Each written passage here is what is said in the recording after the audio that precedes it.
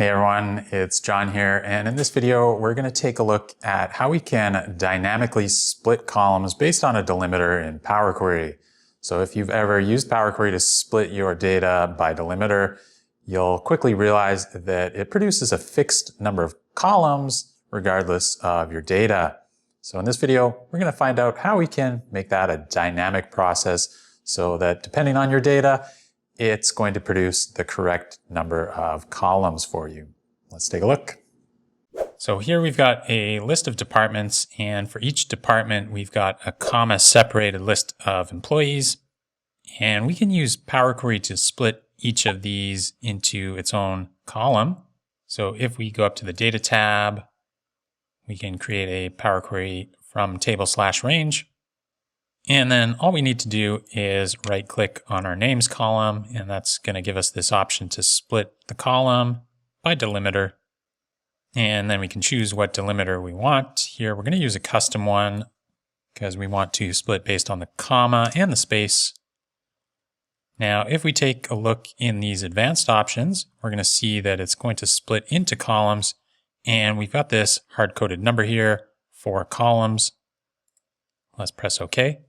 And now we've got each of those names in its own column, and we can load this back into Excel. Let's go to Close and Load To. And we're going to load it into a table right next to the source data and press OK.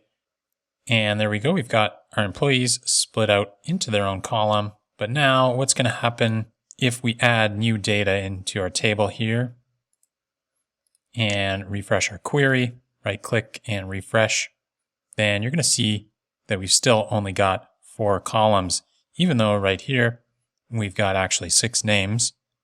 So it's missing an extra 2 columns here.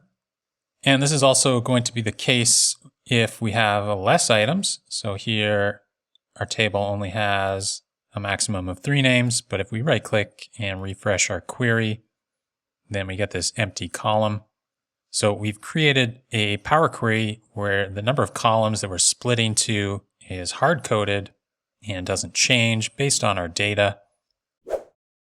So let's see how we can fix this. Let's go to our queries and right-click and edit this one.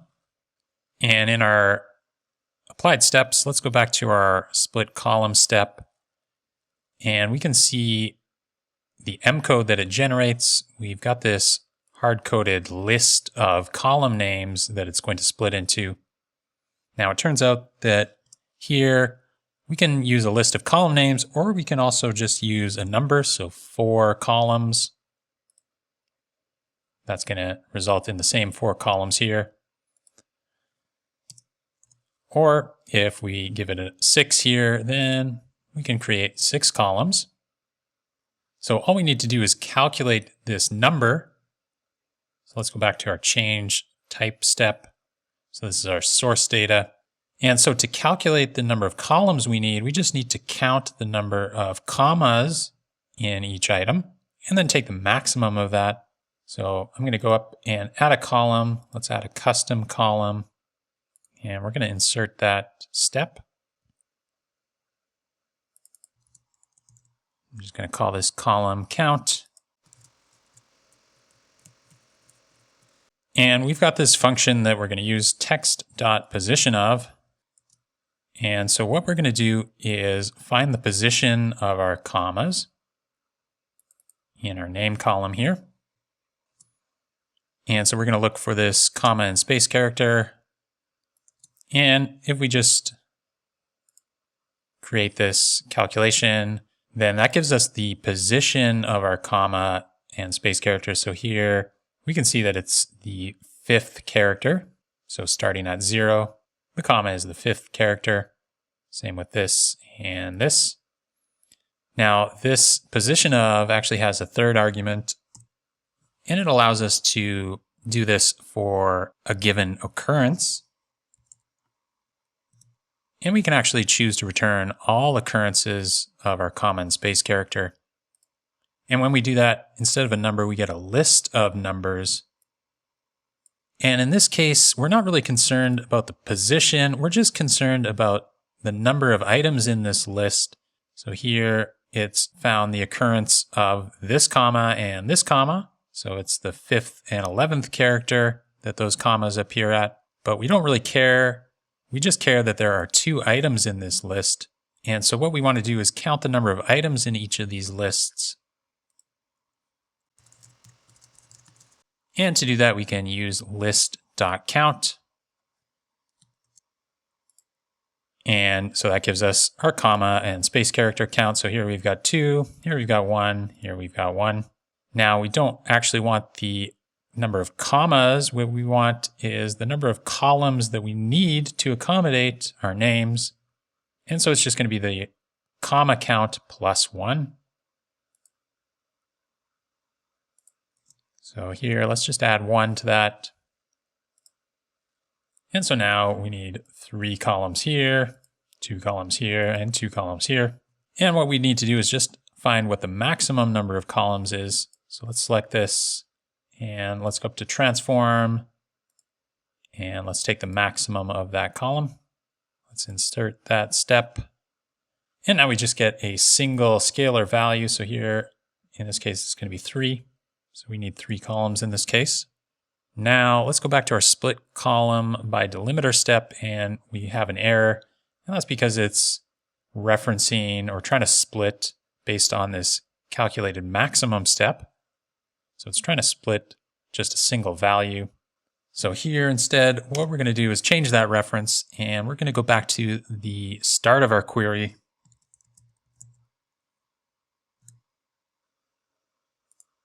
So now our split columns by delimiter step is referencing this data here.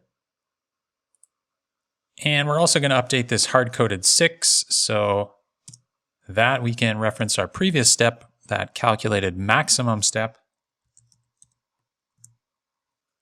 And that was the one that just gave us that single scalar value for the number of columns we need. So in this case, it was 3. So now we just have 3 columns in our split result. And let's just delete this change type step, as that's also going to depend on the number of columns. And then let's close and load this. And there we go. So here we've got a list of 3 items, and now we just get 3 columns. Let's add some of these back into our data source. Right click and refresh. And now we should get 4 columns. And let's add the rest back in and right click and refresh. And now we get a full 6 columns.